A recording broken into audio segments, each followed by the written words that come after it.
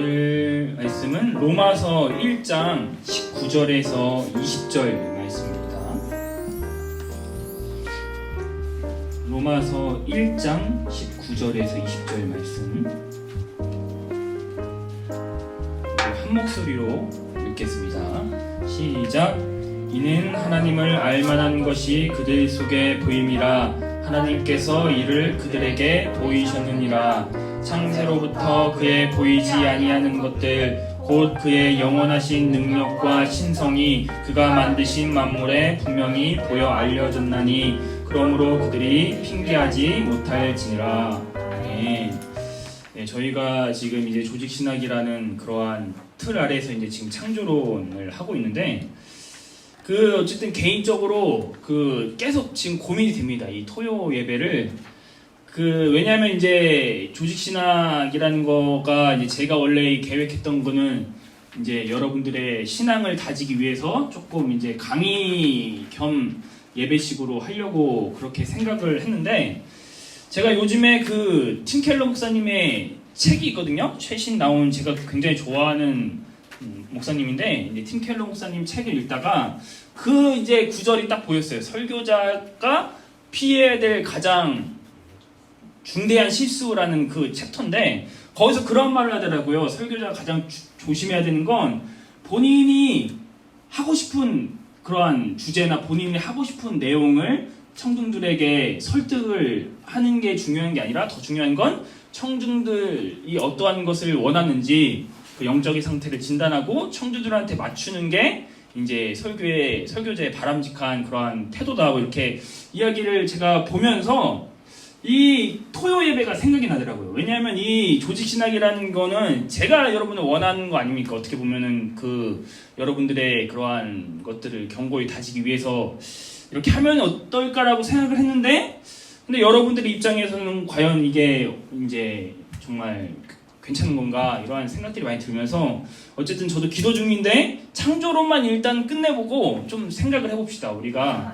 그래서 정말 그냥 아싸리 아니면 토요일 날에는 토요 좀 뜨거운 그러한 차라리 그런 식으로 해서 그냥 이제 저희 주일 예배는 출애굽기를 보니까 이제 토요일 날에는 이제 신약을 볼까 이 생각도 하고 지금 많이 어쨌든 고민을 하고 있는데 어쨌든 창조론 끝나고 저희가 한번 머리를 맞대고 생각을 해봅시다. 제가 이 이야기를 하는 이유는 오늘 어렵기 때문입니다. 좀 살짝 제가 이 설교 쓰면서도 이거를 내가 잘 설명할 수 있을까 이 좀 고민이 있어요. 그러니까 왜냐면 강의면은 상관이 없거든요. 근데 어쨌든 간에 이제 예배이기 때문에 그냥 여러분들의 머리로만 채우는 게 아니라 정말 그렇구나 이런 것들이 깊은 깨달음이 있어야 되니까 어쨌든 일단 창조론만 끝내고 우리가 다음 스텝을 좀 논의를 해봅시다.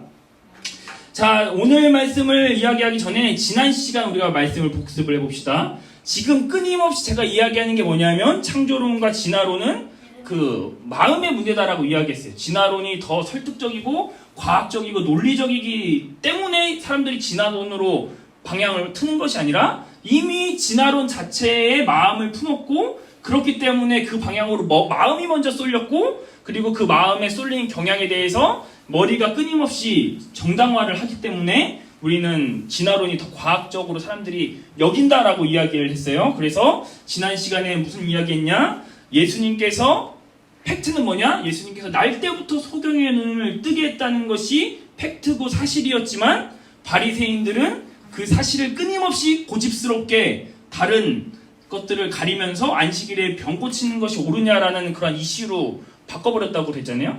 그 이유가 진짜 예수님께서 메시아인지 아닌지 그들이 정말 성경을 다 주도면밀히 봐서 그렇게 논리적이고 합리적으로 그렇게 예수님을 메시아인지 아닌지에 대해서 점검하기 위해서가 아니라 이미 마음속에 예수님은 저 사람은 메시아여서는 안 된다라는 마음을 품었기 때문에 그 마음이 출발되었기 때문에 예수님께서 안식일에 병을 고쳤음에도 불구하고 그 마음의 짙은 어둠 때문에 안식일에 병 고치는 것이 옳으냐 그 논쟁으로 가서 저 사람은 안식일에 병을 고쳤기 때문에 안식일은 어떤 일도 하지 말라고 그랬는데 병을 고쳤기 때문에 메시아가 아닐 것이다 이렇게 이제 이야기를 했다라는 이야기를 지난 시간에 말씀을 드리면서 진화론과 창조론도 이 같은 맥락에서 우리가 파악해야 된다라고 이야기를 했어요.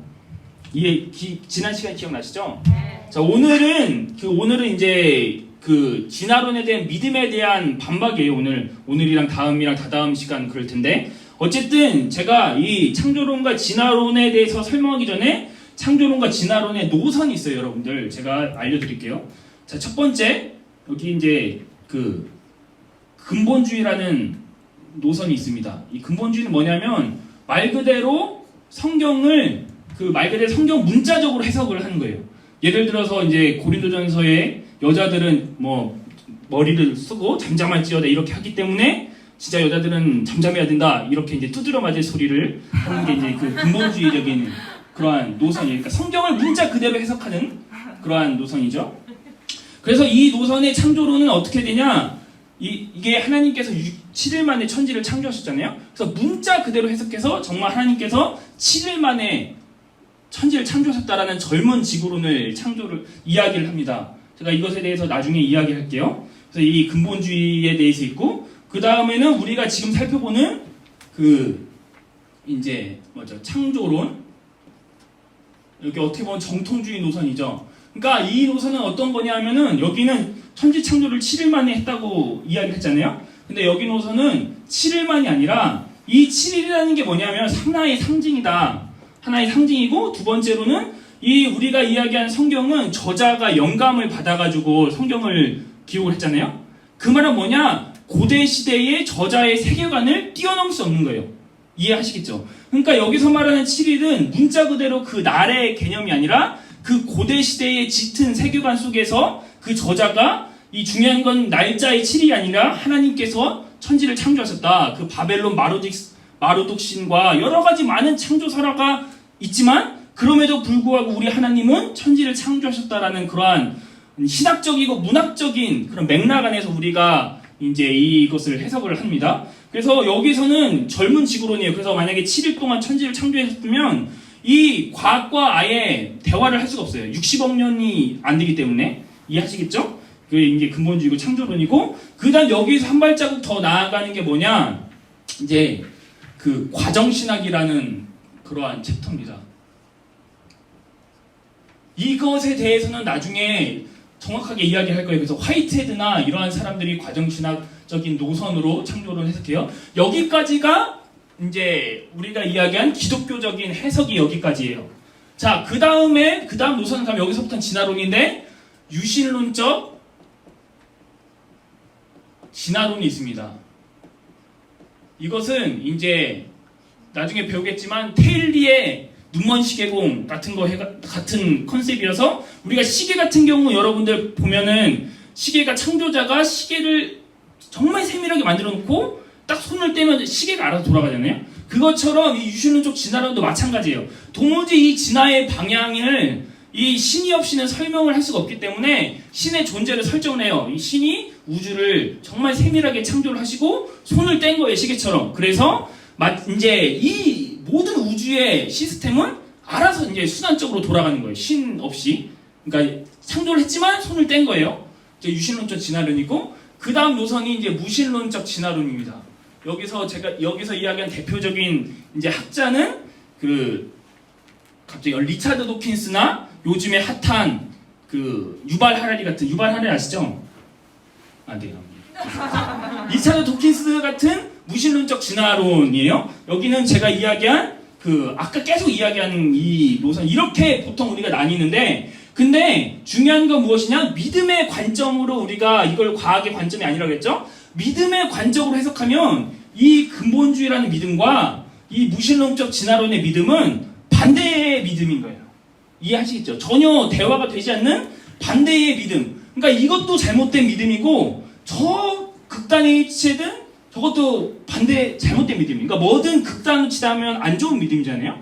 그래서 지금 제가 비판하는 것은 이 무신론적 진화론을 이제 부편하는 거고, 나중에는 이것에 대해서는 이제 천천히 일단 알아봅시다. 그래서 제가 생각하기엔 제가 보기에 창조론의 이 가장 좋은, 유익한 노선은 한 여기 정도. 왜냐면 과정신학도 굉장히 좋은 그러한 신학이 있거든요. 그래서 한 여기 정도쯤에 우리가 있으면 가장 좋지 않을까라는 그러한 생각을 어쨌든 합니다. 그래서 여러분 이제 근본주의랑 예전에 그 무신론적 진화론이랑 붙었잖아요. 원숭이 재판 해가지고 옛날에 붙었던 그러한 것들이 있는데 어쨌든 제가 공격하는 거는 무신론적 진화론이라는 사실을 여러분들이 기억을 하시고 오늘 말씀을 일단 시작을 하겠습니다. 자, 오늘 말씀의 제목은 양심이라는 그러한 제목인데 제가 처음에 창조론을 강의하면서 제가 이야기를 했어요. 뭘 이야기했냐면 이제 에밀 듀르켐이라는 프랑스 사회학자가 있는데 이 사회학자는 종교를 이제 기능적인 측면으로 해석을 해요. 그러니까 예전적 측면과 기능적 측면으로 해석을 하는데 기능적 측면으로 종교를 해석하면 이 스포츠를 봅시다, 여러분들. 스포츠도 하나의 종교가 될 수 있다라고 지난 시간에 이야기를 했어요. 왜냐하면은 여기서 여러분들 지고 있다가 골을 갑자기 넣으면 어때요? 와, 막 이렇게 짜릿하잖아요. 시원하잖아요. 그것이 기독교에서 이야기한 혹은 다른 종교에서 이야기한 구원의 감격과 비슷하다 이렇게 해석을 하는 거죠. 그리고 이제 페널티킥을 해요. 이제 차요. 페널티킥을 차요. 그러면은 우리는 어떻게 하죠? 늘 거다 막 이렇게 생각하자 막연한 기대를 갖잖아요. 이것이 이제 종교에서 이야기하는 믿음의 측면과 흡사하다. 이런 식으로 이제 계속 이제 이야기를 하는 거예요.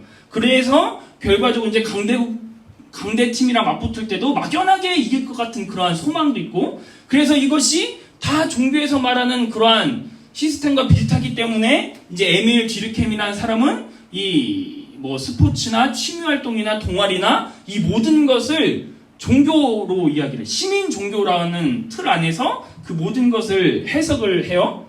이해하시겠죠? 그러니까 그렇게 이야기하면 문제는 무엇이냐? 우리가 이게 그러니까 문제가 이제 종교가 있느냐 없느냐가 아니라 무엇을 믿을까에 대한 논쟁으로 바뀌는 거예요. 이해되시겠죠?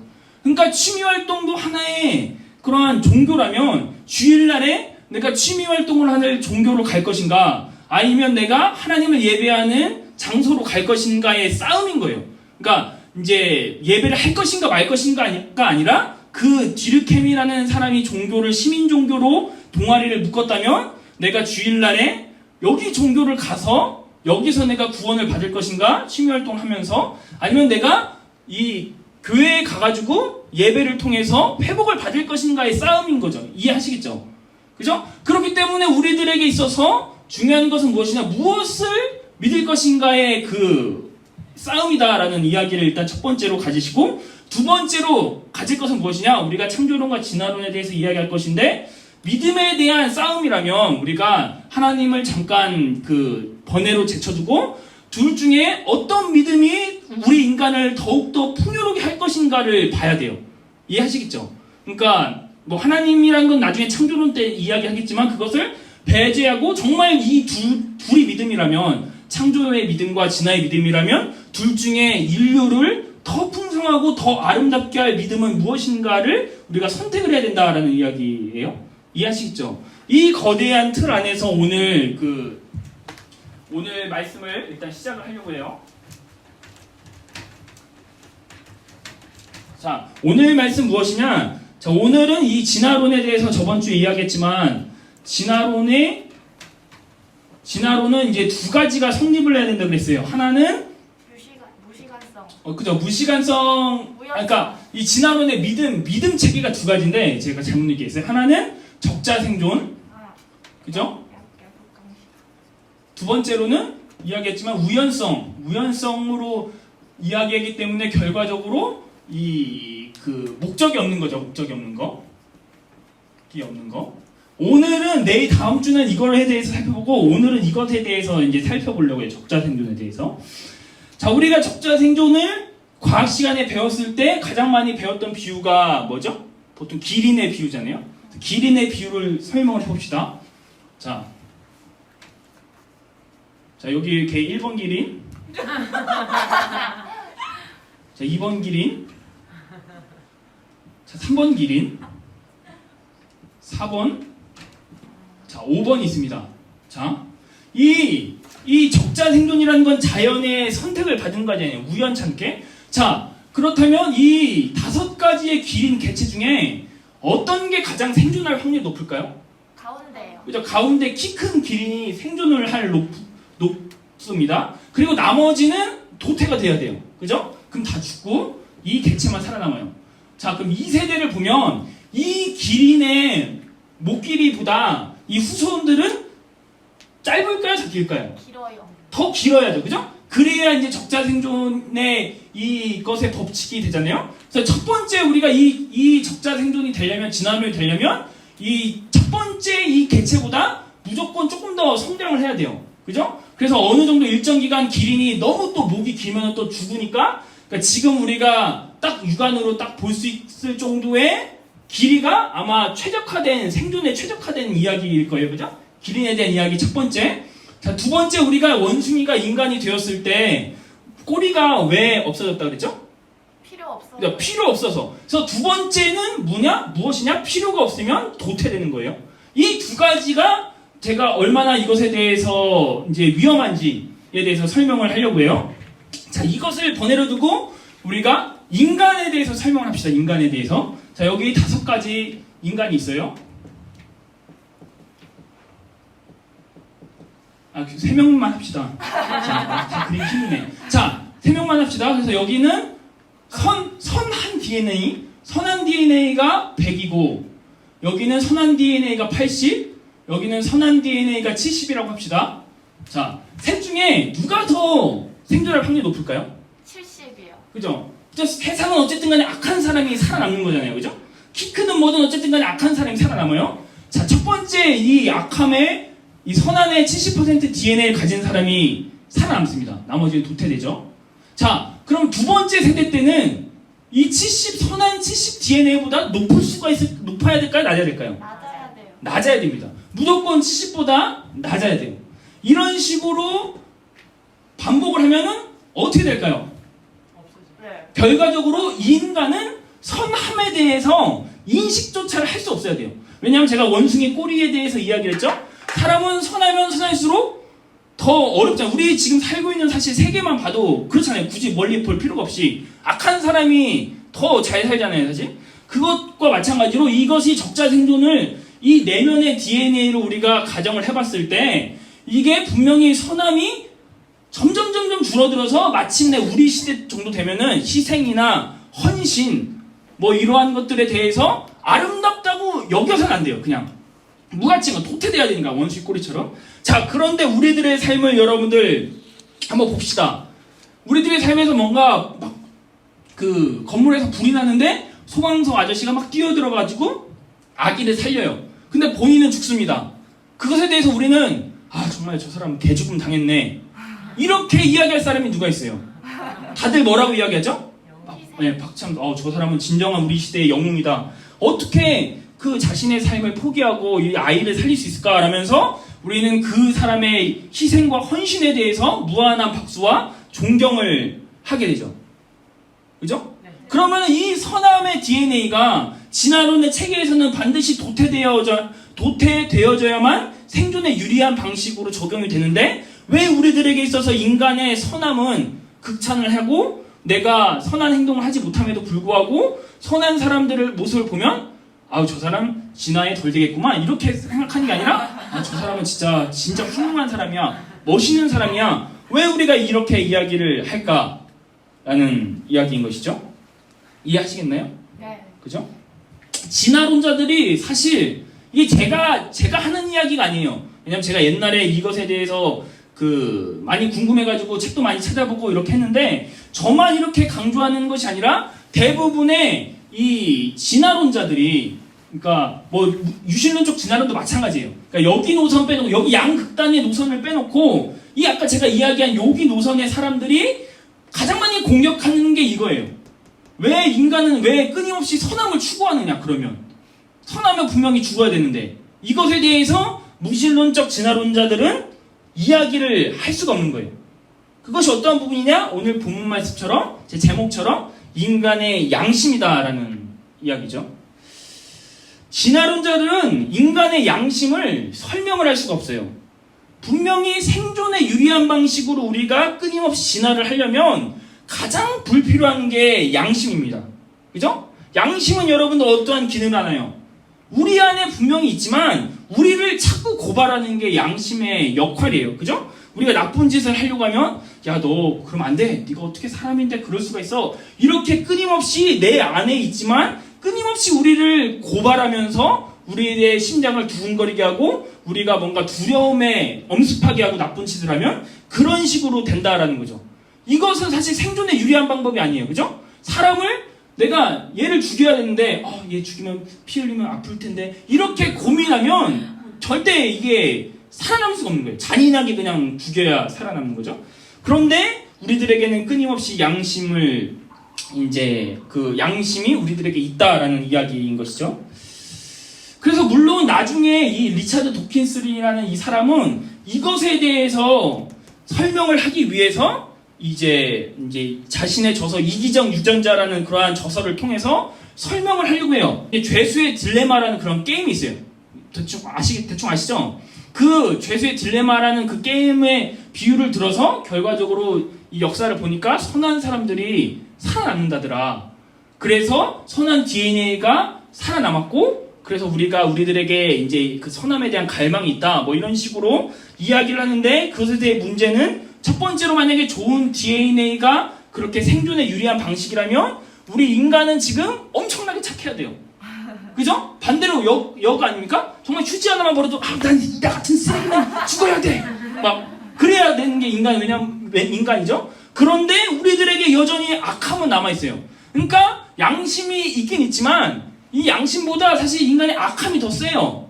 그죠? 양심은 고발만 하지만 그거를 쭉 한두 번 넘기면 이제 양심이 제기는 못하기 때문에 끊임없이 악함으로 가려고 하는 이 성향을 설명을 할 수가 없고 자, 두 번째로 선한 사람이 더 생존할 확률이 높다고 이야기를 했는데 지금 우리가 살고 있는 현상만 봐도 이것은 거짓이라는 걸 사실 알아요.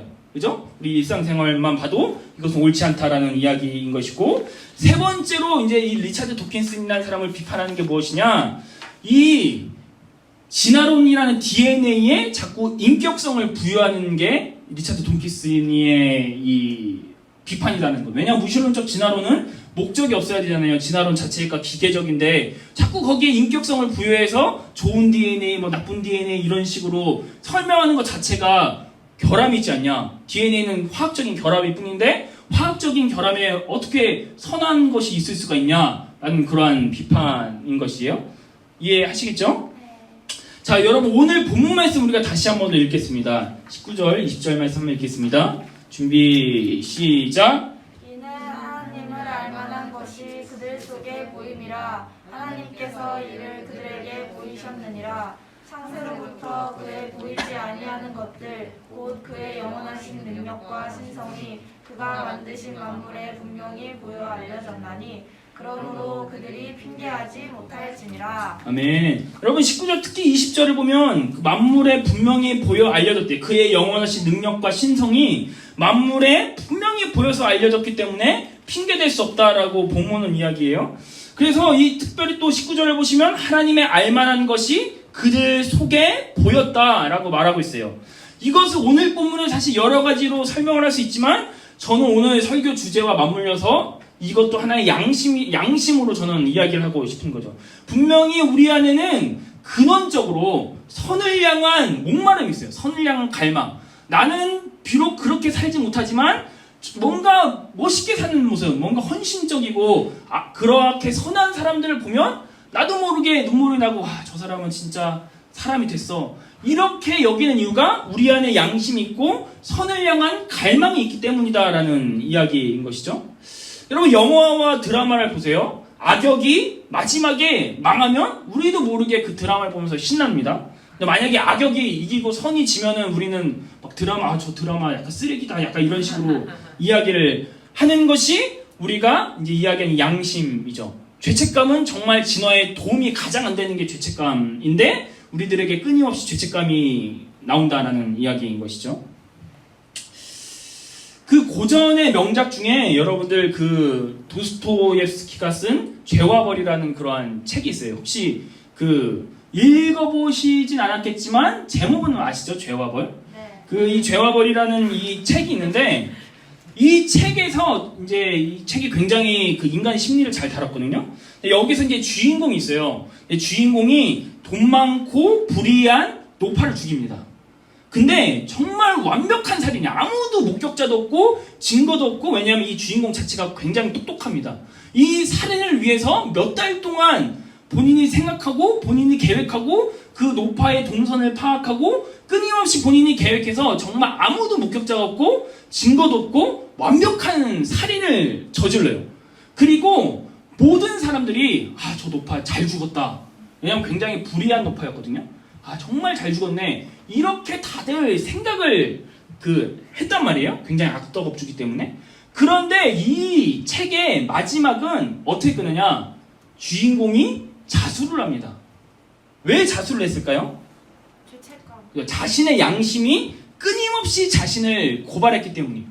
그는 끊임없이 이야기하거든요. 나는 잘 죽였다. 봐봐, 사람들도 다 잘 죽였다고 이야기하고, 뭐 경찰이 와가지고 수사를 하긴 하는데 아무런 증거도 찾지 못하고, 그리고 이 주인공 자체가 의심선상에서 아예 배제가 돼요. 그래서 본인은 정말 그렇게 의심받는 상황이 아님에도 불구하고 경찰만 보면 막 콩닥콩닥거리고 막 대화만 하면 막 식은땀을 흘리고 막 이렇게 된단 말이에요. 그래서 결과적으로 자수를 해서 그 감옥에 가요. 근데 그 감옥에 가서야 비로소 자신의 평화를 느낍니다. 이 작품이 이렇게 끝나요. 이 작품의 이름이 제가 죄와 벌이라고 했잖아요. 그 제목을 굉장히 잘 졌어요. 사람을 죽이는 죄를 졌어요, 주인공. 근데 벌은 언제 받나요? 감옥에 들어가서 받나요? 전에.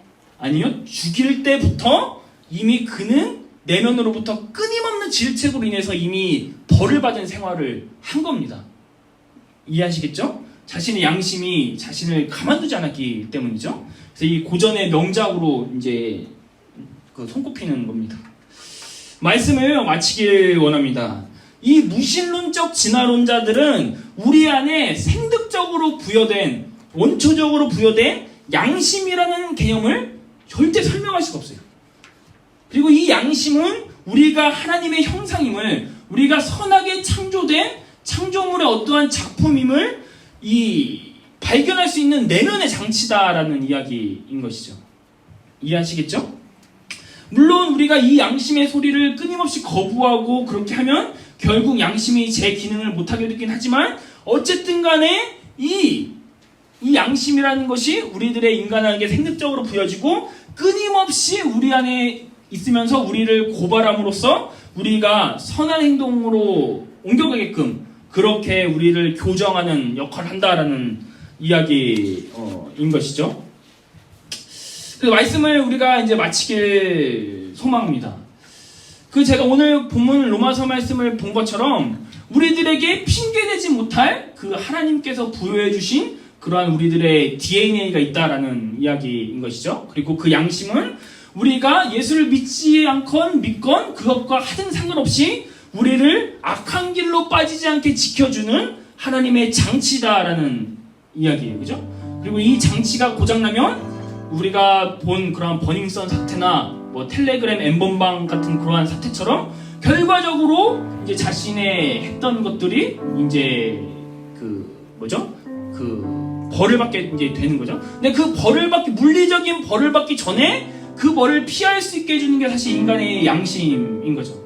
그것을 우리가 그 양심을 끊임없이 따라가며 지킬 때 우리는 결과적으로 선하게 살 수 있는 것이죠. 이것이 예수 믿는 사람이건 안 믿는 사람들이건 하나님께서 우리들에게 생득적으로 주신 그 하나님의 형상이다라는 그러한 사실이에요.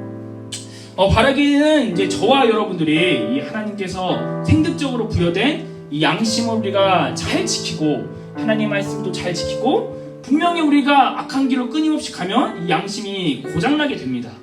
그래서 우리는 끊임없이 이제 악에 치닫게 되는데, 우리는 이 하나님께서 부여주신 이 하나님의 형상, 양심을 우리가 잘 지키고 그리고 하나님의 선하심을 닮아가는 그러한 저와 여러분들이 되시길 바랍니다.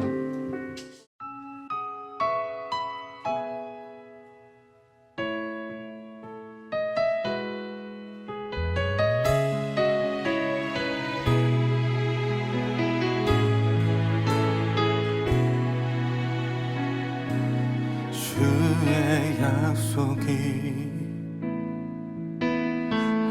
아득하여도 나의 자리를 힘써 지키리 주의 마음에 합한 자 되어 그 길 기꺼이 나 걷게 하소서. 주의 계획은 성실하시니 나의 고백은 온전케 하네. 주의 나라가 세워지길 바라며 모든 것 기꺼이 주께 드리네. 내 맘 아시는 주님 힘겹게 지워낸 바램들 다 내려놓고 주의 위로 전하며 그 신실하신 바라보리. 주